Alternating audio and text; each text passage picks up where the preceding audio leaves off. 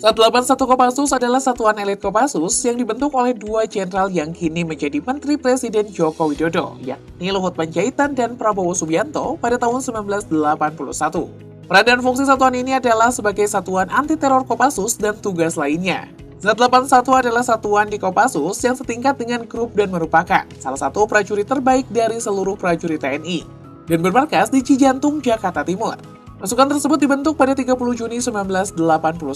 Ada juga sumber lain menyebut pada 30 Juni 1982. Yuk simak lebih jauh fakta dari pasukan siluman yang terbilang misterius ini. Saat awal pembentukan pada tahun 1981, Z81 Kopassus lebih dulu dinamai Detasmen Khusus 81 Komando Pasukan Sandi Yuda Kopasanda.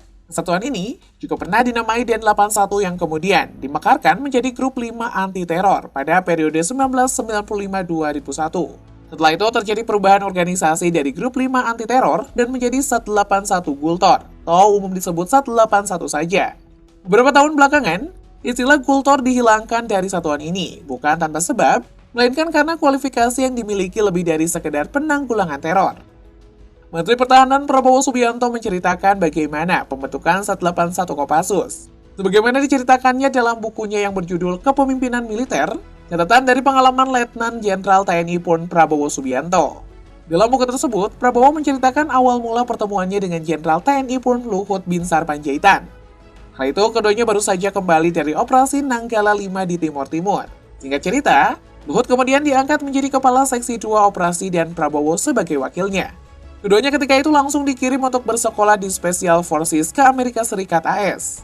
Sekembalinya dari Amerika, atas perintah Benny Murdani yang saat itu menjadi staf intelijen di Kementerian Pertahanan dan Keamanan, Prabowo yang masih berpangkat Kepala Inf TNI ditugaskan bersama Mayor Inf TNI Luhut Binsar Panjaitan untuk menempuh pendidikan anti-teror di Ganzlösgruppe 9 GSG 9 yang merupakan satuan anti-teror milik Kepolisian Federal Jerman.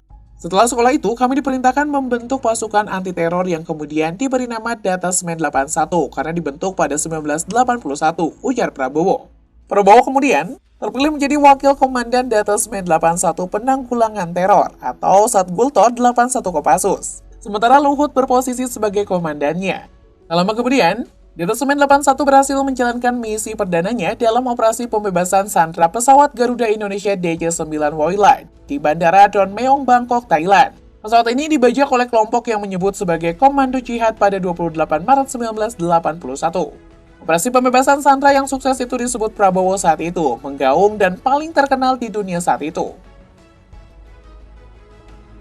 Rekrutmen anggota Z81 diambil dari anggota minimal berdinas aktif 2 tahun di grup-grup jajaran Komando Pasukan Khusus TNI Angkatan Darat.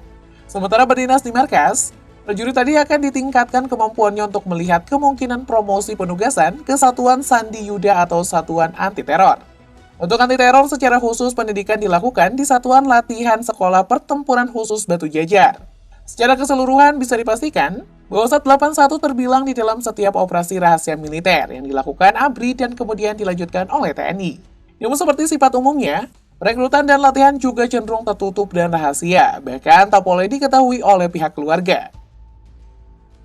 Data kekuatan dari satuan ini tidak dipublikasikan secara umum, sehingga mengenai jumlah personel maupun jenis persenjataan yang dimilikinya semua dirahasiakan. Namun dengan informasi yang serba terbatas, diperkirakan Z81 Kopassus saat ini berkekuatan 1000-an personel.